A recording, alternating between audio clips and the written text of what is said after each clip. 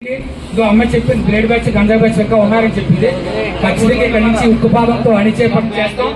ఎవరైనా నిజంగా ఆ విధంగా ప్రక్రియ తీసుకొస్తే వాడిని ఎలాగా కట్టు పెట్టాలి, ఏం చేయాలి, ఎలాగని మోకరిల్లా చేస్తామని కూడా ఎన్డీఏ ప్రభుత్వం సఫలవంతంగా ఎదుర్కొంటాం. అలాంటి వాళ్ళు ఏం చేయాలో కూడా చూస్తామని చెప్పేసి నేను ఎన్డీఏ కూటమి నుంచి శ్రీనివాస్ హెచ్చరికలు జారీ చేస్తాను. ఇక్కడ నుంచి 2026 సంవత్సరం బూరుగుడి చాలా మంచి పరిపాలన అందించబోతున్నాం. ఈ సంక్రాంతి టైంలో సరదాగా అందరూ కూడా పండుగని సెలబ్రేషన్ చేసుకుంటే తప్పులేదు.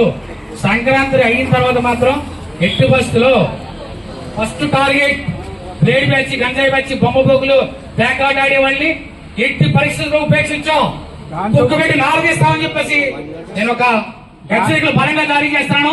పోలీసు వారికి ప్రత్యేకంగా సీఏ గారికి కూడా మనం కలిసినప్పుడు చెప్పారు, భూరిపడి మీద ప్రత్యేక దృష్టి పెట్టండి. చాలా మంది కుటుంబాలను ఇబ్బంది పెడుతుంది యువత. అక్కడక్కడ అందరూ అనట్లేదు, ఎక్కడో గ్రామంలో ఒక 4-5 ఆకుతాయి కురవాళ్ళు చేసే పని తప్ప ఇదేదో కులం మతం చేస్తుందనేది ప్రాబ్లం కాదు. ఏదో 2 ఆకుతాయి కురవాళ్ళు చేస్తారు కావాలని పరిశీలించడం చెప్పారు. అలాగే దీని మీద పరిశీలించే వాళ్ళ మీద యాక్షన్ తీసుకుంటానికి ఒకటే చెప్పాను. సార్ అక్కడ మానాన్ని ఆడిపోతాడు, ఫస్ట్ సారికి వదిలేయండి, రెండోసారికి మేము ఖచ్చితంగా మేము ఏ పార్టీ పెట్టుకున్నా మేము వద్దాను.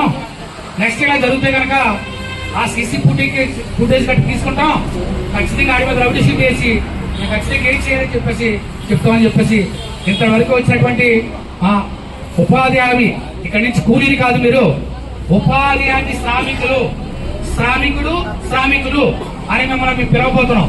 ఇది జనసేన మా అధినేత పవన్ కళ్యాణ్ గారు కూలీలు అనడం నాకు ఇష్టం లేదు అని మా అధినాయకుడు మా బలరామకృష్ణ గారు ఇక్కడ నుంచి ఉపాధి హామీ కూలీలని పిలవద్దు, శ్రామికులు అనాలి అన్నారు. చాలా సంతోషంగా ఉంది. మిమ్మల్ని కూడా గౌరవంగా శ్రామికులు అని ఇక్కడ నుంచి మా బూరుగుడి గ్రామీణ ఉపాధి హామీ శ్రామికులు అని కూడా గర్వంగా మేము గౌరవంగా పిలుచుకుంటామని చెప్పేసి సభాముఖంగా నేను అందరికీ అభినందనలు తెలియజేసుకుంటూ థ్యాంక్ యూ సో మచ్.